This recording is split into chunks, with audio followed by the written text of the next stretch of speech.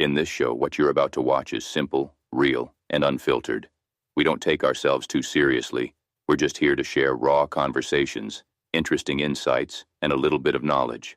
But at the end of the day, who cares? I didn't have time to research, so what's this book about?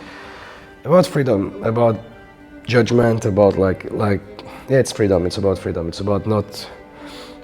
That's my middle name. That's freedom. Yeah, that's what it's all about. This. That's why I call it "Who Cares," because it's like when you stop caring about a lot of things. That's true. Then you're free. It does give you freedom. It gives you freedom. It does. And it's very simple. People chase freedom, but then it's right here. It's like if you stop caring about things that doesn't matter, then you're free. So it's about it. It's a path that leads me to that reflection, basically. But we're not here to talk about the book. But there's a chapter about relationship. And it seems like I came across your Instagram account randomly, and I saw that you're talking a lot about relationship. So first, I would like you to introduce yourself the way you want. Okay, so I've lived in Dubai for 26 years. I was very well known as an anti-aging holistic therapist. Okay. But in the last, I don't know, for more than 10 years, I've really been studying relationships because I could never get one. I could never find my perfect person, if there is such a thing. Yeah. So it took me down this road of studying relationships, and then I went and did Tantra and learned tantric massage, and I've done so many courses on self-help, because I've been a therapist for nearly 30 years. So I've traveled the world doing a lot of different things to understand myself.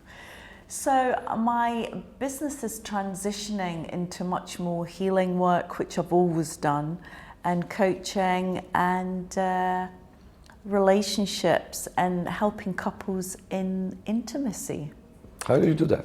How can you help couples about intimacy and relate? How do you do it? When you've studied Tantra is very misunderstood. It's really about 20% sex and 80% connection. So people in long-term relationships have really lost connection. You get used to each other, life gets in the way, and they forget to come back and be present with each other, especially in today's world where we're always on the phone, we're running from this thing to the next thing. And so, a lot of relationships break down because people stop being present with each other and making intimate time with each other. So I give them a lot of exercises to do. I work with them individually first, and then I bring them together as a couple. And there's lots of beautiful exercises that I can show them to help them come back to love. Who reach out to you most, men or women? Oh, women always. Yeah? Oh, yeah? But it's and men then that need most. And then they bring their husband on board? Yeah. That's what it is? That's how it works? But it's interesting because once the man comes to me, he just opens up unbelievably, because men need help. Men are brought up to, you've got to be strong, you can't show your emotion and all of this, but men are really the ones that need the help the most. In which way? How? In having someone to talk to, and being allowed to express their emotions, and being allowed to be not okay. Because men have to be the providers, the protectors. I'm all about the masculine, feminine. Men have a job and women have a job.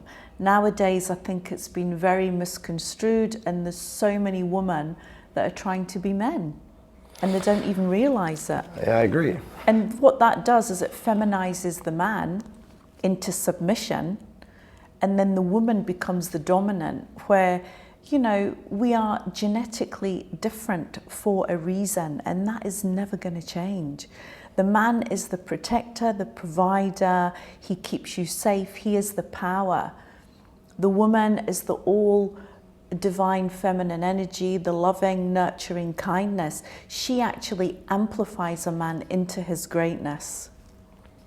I mean, that's it. No, in a nutshell. Yeah. It's cool to hear that from your mouth. I really think that and I know I get flack for saying this, but I think feminism was the worst thing that happened to women. I believe that too. And I think they've taken it a bit too far. I'm all for women making their own money. I mean, I have been that woman my whole life. I never got married, I never had kids. So you are forced into looking after yourself, which is the masculine energy. I believe that women were really not meant to work that hard. We were not meant to work as hard as men.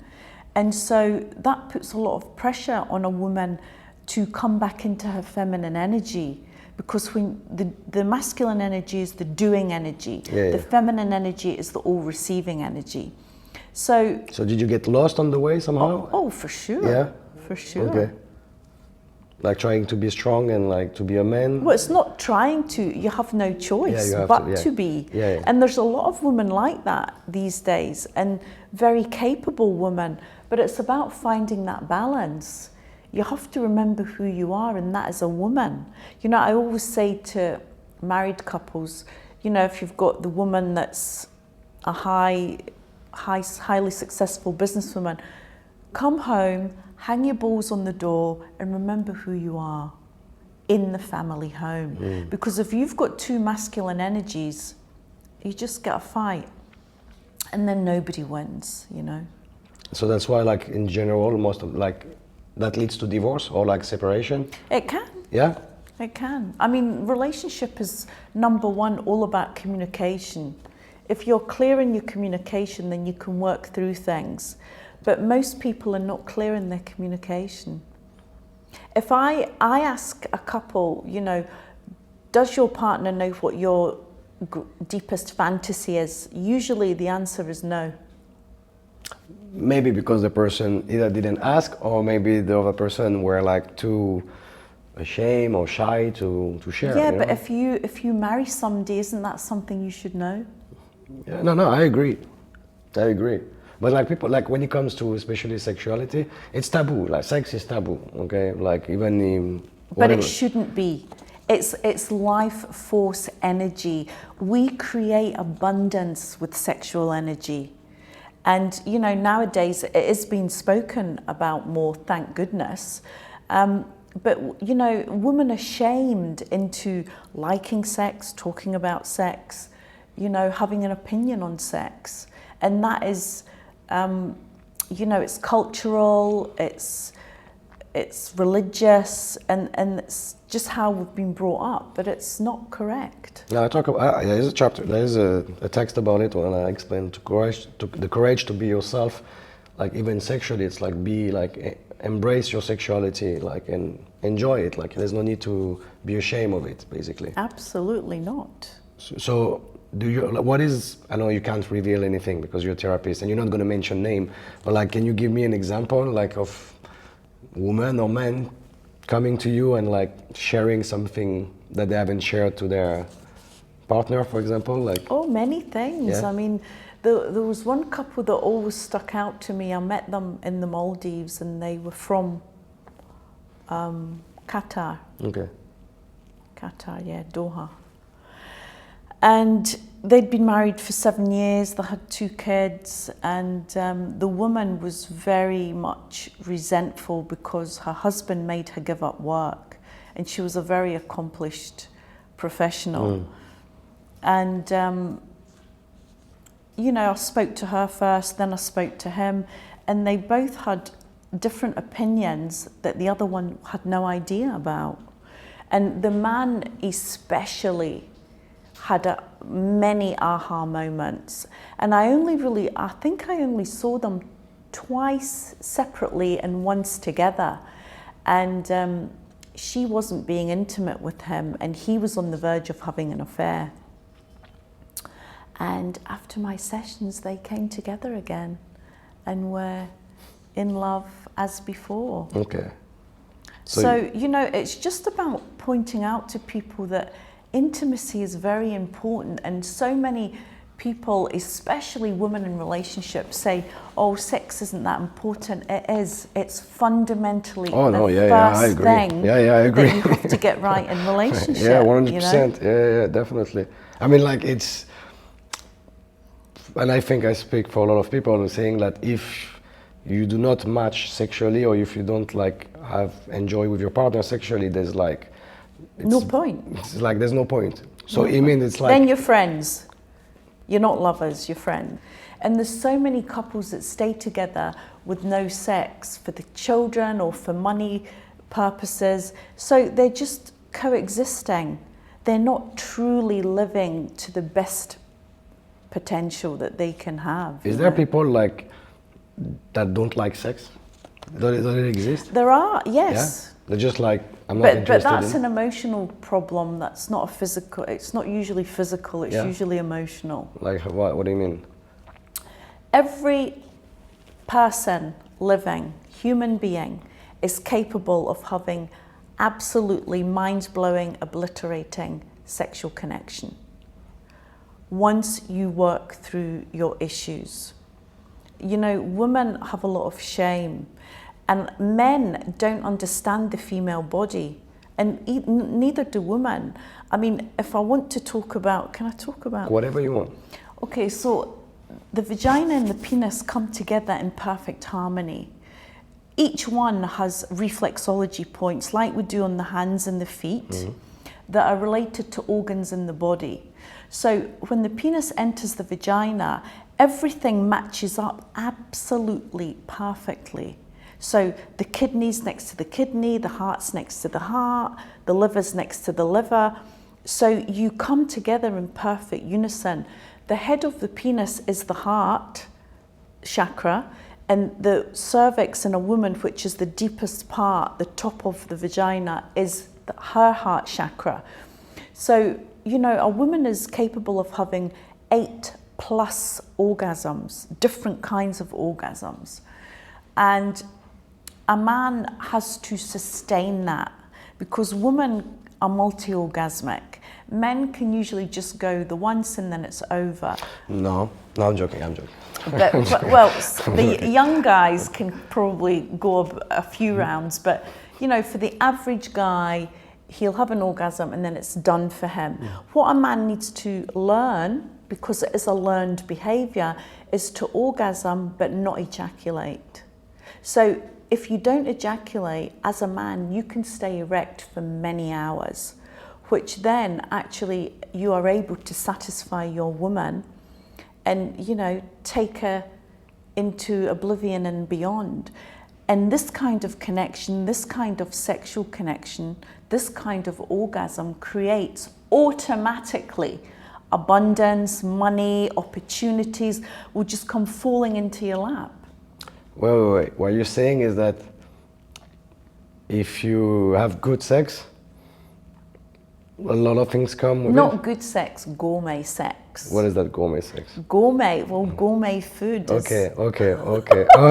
So if you have like gourmet sex, like it brings like good things in your life, like you Yes, say, like money. Like, because how do you feel after a great time with your woman? How does it make you feel? It depends on Amazing. Yeah. No, okay. So in that state of bliss, that's when you can create much more in your life automatically, because you're sitting at a higher vibration. So you want to, when you reach that level of like happiness, like feeling good, then you can achieve more. Yeah. So if you can maintain this level over time, automatically, that makes sense. Yeah.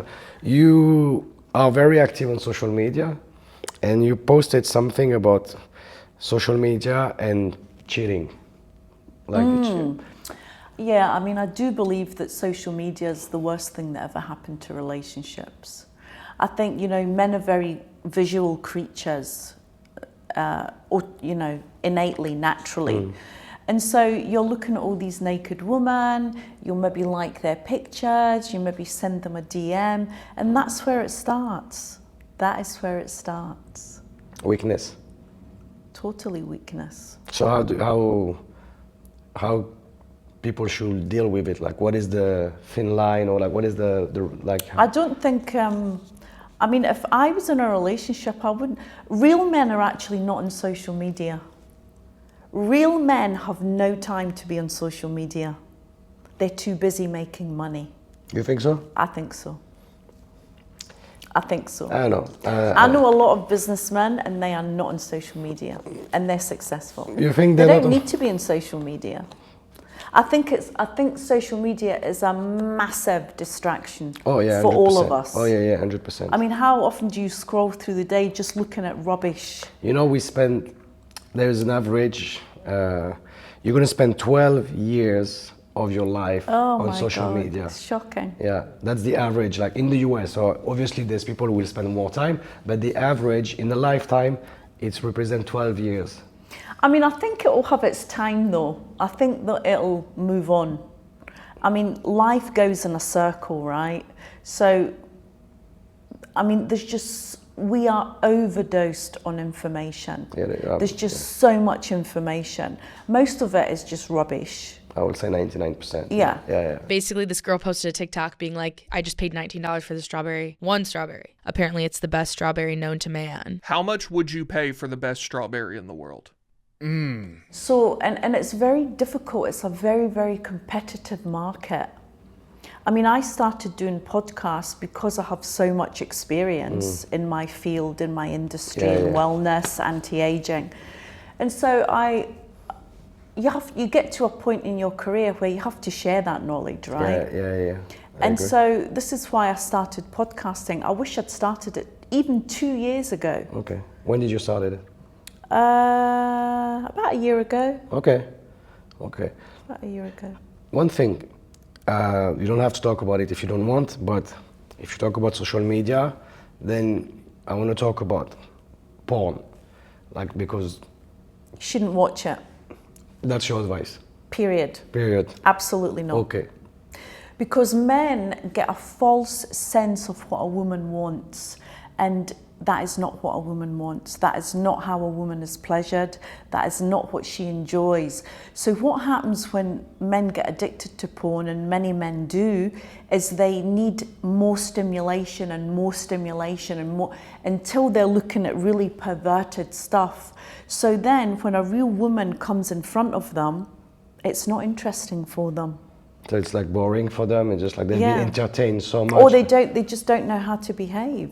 You know, so many people sit behind social media and use it as a mask for who they are truly as a person. I mean, look at all the hate that you get on social media. How many people would actually say that to your face? Not many. No. Yeah. You know, so it's a big problem, but men should not watch porn. And women? No. No one should watch porn. No. So how do you explain that it's like it's probably the most visited website in the world, like beside Google or whatever, it's porn, like Well, why? this is why it's so difficult to find relationships, because everybody's sitting online. Men, you know, especially in Dubai, you know, women's standards are through the roof. They want taken to the best restaurants, they want bought gifts on a first date, they want this, they want that. You know, it's not how it was even 5 years ago, where you'd go out and meet someone naturally at a bar, on the street, at the beach. It's all online now, and people lie constantly about who they are, what they do, how old they are. You know, the list goes on. Yeah, online, like it's easy because it's easy to pretend online. Yeah. But then, like, how do they But then react? you've still got to meet that person. Yeah, that's what it is, So though. what is the point in lying? Because when you're there in front of that person, you look different, you're not who you say you are, it all comes out. So why waste your time and theirs? I don't understand, really. No, that's a good question, though. But is it harder to be a man or a woman? Is it harder to be a man or a woman? I think there's pros and cons with both, you know. I mean, I know a lot of good women that are single, that can't meet men, and they say, oh, the men just want these young chicks, and then the men say, oh, the women are all gold diggers. So, you know, you can't win. But there are good people out there, and you know, I don't know. I think Dubai's a very special place. You think so? I think it's much more difficult here. Why? Is it because just it's a big city? There's a lot. It's a young society, and there's lots of beautiful women and men. more so than in an average city in another country. Because there's money. There's money, So and, money- and there's all different nationalities. And I don't know, it's just, yeah.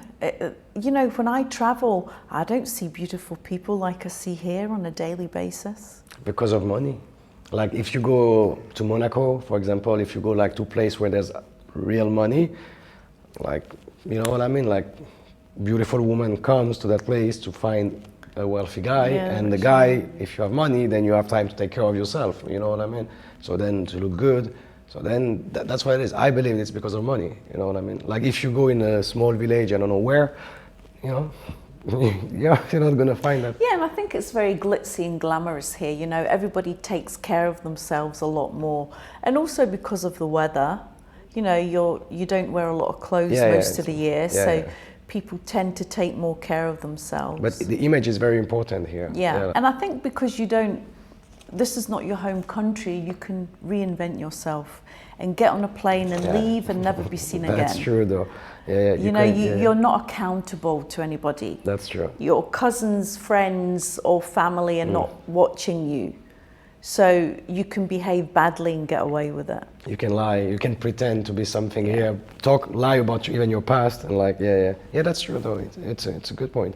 So what is your relationship, your coach? Like, how do you help people to find people, or like what? No, I'm more about, you know, for me, it's all about self-love. You have to love yourself first before you can love another. You'll only attract what you are. So the more you're in acceptance of yourself, the more you accept every level of yourself, the good, the bad, and the ugly, and be at peace with that, then you can attract the right partner. When you're insecure, you're trying to be somebody you're not, you'll just attract, you know, bad people to you. We're all mirrors of each other. What you see in me is also within you, otherwise you'd never recognize it. What you like in me is also within you. What you don't like in me is also within you. Otherwise, you could never recognize it. So, you know, when you're in front of somebody and you're not liking them, it's not about them, it's about you. They're showing you what you need to work on. Why do you not like that about the person? Where is that within me? It's a mirror constantly. You can never, most people, it's easy to point the finger and say, yeah, because of him, this is what happened to me. Yeah, you blame No, the person. you attracted it to learn the lesson you needed to learn. When you can take full responsibility for the way your life is, that's when you can change it. When you blame others, then you'll never get it. I agree. You said you were single. Like, so you're still single? Still single. So like, knowing all of this, like what makes you single? I've got too much knowledge. So it's a curse. Like, no, Actually, you know, I've ignorance always is been bliss. married to my career. Okay. I never really wanted children. No. And, you know, I'm an Aquarius, I'm a free spirit, and I never want to be locked down. I mean, of course, I've had relationships, but I was always focused on my career. And, you know, you think you've got time, well, yeah, it'll happen. And it's never happened so far. But I think everything has its time. And I have amazing friends, I have an amazing life. I do what I want, when I want, you know. And I'm not willing to settle for just average. I cannot. So you And I have will high not. standard. What is your like dream, like based on your knowledge and like you know a lot about? It's about chemistry, Okay. Asri. It's about having chemistry with someone. And it's, you know, a relationship should be effortless. But it's in relationship where we grow the most and learn the most, because that person's constantly pushing your buttons, showing you what you need to work on. But there should also be love and easiness within that relationship. You know, you have to have common goals and values. Your value set point is very important. Yeah. You have to have the same values. What's your values? What are your values? My values would be in relationship, love, integrity, honesty, generosity. So if you find a man like this, regardless of his physical appearance? No, got to be physically attractive. For me personally. He needs to be physically. Yeah. Okay, so physical appearance is important as well. Very important Okay. for me. Why? Some women are not like that, Yeah. but you know, I've been in aesthetics for nearly 30 years. Looks are important to me. Appearance, yeah. And so I would, I have to be physically attracted. I do. And it's, you know, call it superficial, call it what you like, but that is one of my requirements. Okay. Beside values, physical attraction. Yeah. And to come back to the sexuality, like, do men have more problem talking about it with you, or women have more problem talking about it with you? Like, which gender is like? I think initially men, Okay. because a man doesn't like to admit that he doesn't know something in the bedroom. You know, they've got all this prowess. I mean, my goal is to have classes for men. Okay. To teach them how to touch a woman, what works, what doesn't work. You know, the female body is quite complex. And, you know, if I ask men simple questions like, how many orgasms does a woman have? None of them get it right. None of them. I know, but I'm not going to answer the question. But I know the answer. It was a joke, but wasn't that funny? No, so men, it's more complicated for men to open up. But because I have a gift that people open up to me very quickly, because I've been a therapist for so many years, and I'm quite an open person. I don't judge you. So men do open up very quickly, and then once that happens, boom. You know, the floodgates open, because men have nobody to talk to. It's a problem for men. So I would love to have men's groups, men's classes on different subjects. Did you try to do this or no?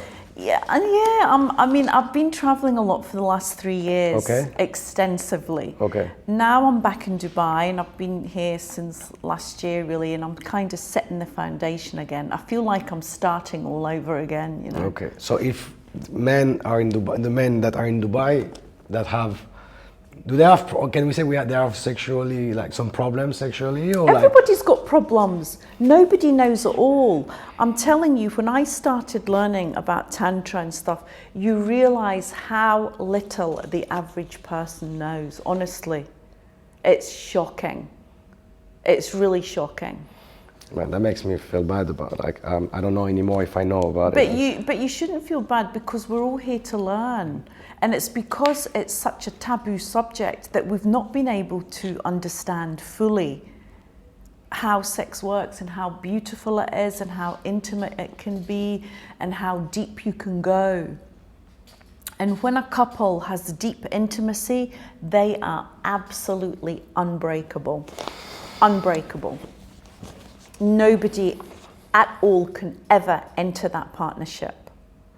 Can you share one free advice right now to a couple that has, like, facing, like, maybe some communication problems? Get back in the bedroom, get naked, tell the truth, go right back to the roots. Just spill your guts, sit in front of that clouded glass and scrub it clean from the ground up. And be prepared that you're not going to like what the other person's going to hear, but you love them enough to want to make that change. Thank you so much. You're very welcome. Thank you very much. Thank you very much. Very good. That was interesting. Scary, because it makes me feel like super ignorant now. I don't know if I know enough about. I'm sorry.